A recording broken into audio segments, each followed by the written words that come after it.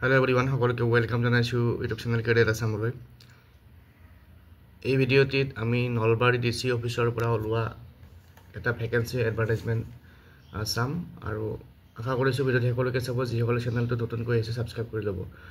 তো আপোনালোকে নলবাৰী জিলাৰ ডিসি অফিচৰ যেটো ওয়েবসাইট আছে তাত যাব, গৈ পেলাই নোটিছত চাব। নোটিছত চালে ইয়াত দেখা হ'ব advertisement of DPM and DTSS recruitment. তো ইয়াতে কি ভ্যাকেন্সি আছে আমি চাম।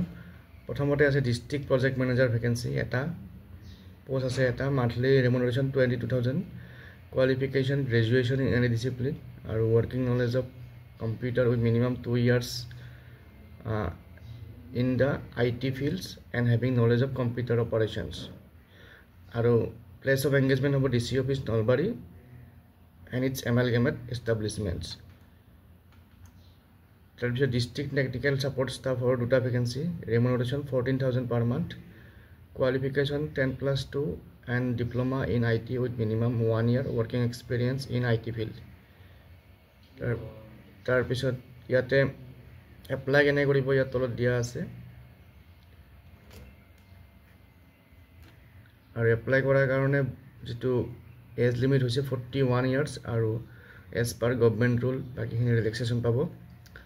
তাৰপিছত সিলেকশন ক্ৰাইটেৰিয়া হ'ব ৰিটেন টেষ্ট হ'ব, যিসকলক ৰিটেন টেষ্টৰ কাৰণে সিলেক্ট কৰা হয় তেওঁলোকক জনাই দিয়া হ'ব। তাৰপিছত এপ্লাই কৰা ইয়াত অপচনটো আছে হাউ টু এপ্লাই। ইয়াতে এপ্লিকেশন ফৰ্ম এটা দিয়া আছে, এপ্লিকেশন ফৰ্মখনৰ লগত সেলফ অ্যাটাস্টেড ফটোকপি, ডকুমেন্টস বিলাকৰ educational qualification, experience, ID proof, 3 copy recent photo, এই গোটেইবিলাক দি পেলাই এপ্লাই কৰিব লাগিব।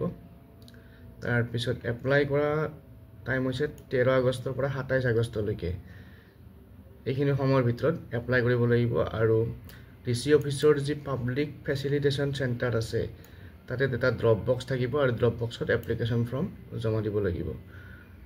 গতিকে যিসকলে ইন্টাৰেস্টেড তেওঁলোকে এপ্লাই কৰিব পাৰে, আৰু এই ফৰ্মেটটো দিয়া আছে, এই ফৰ্মেটটো ফিল আপ কৰিব লাগিব, ফিল আপ কৰি পেলাই জমা দিব লাগিব।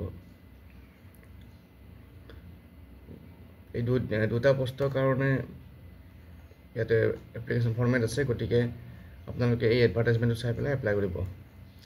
গতিকে আজিৰ এই ভিডিঅ'টিত এই ভ্যাকেন্সি নটিফিকেশন শেয়াৰ কৰিলো। তাৰপিছত ইয়াতে ৰিটেন টেষ্টৰ কথাটো দিয়া আছে, ৰিটেন টেষ্টত কি আহিব। ৰিটেন টেষ্টত আহিব information technology fundamentals, English, general awareness, আৰু টাইম হ'ব 1 hour 30 minutes। গতিকে এই গোটেইখিনি চাই পেলাই আপোনালোকে এপ্লাই কৰিব। পুনৰ লগ পাম নেক্সট ভিডিঅ'ত। Thank U.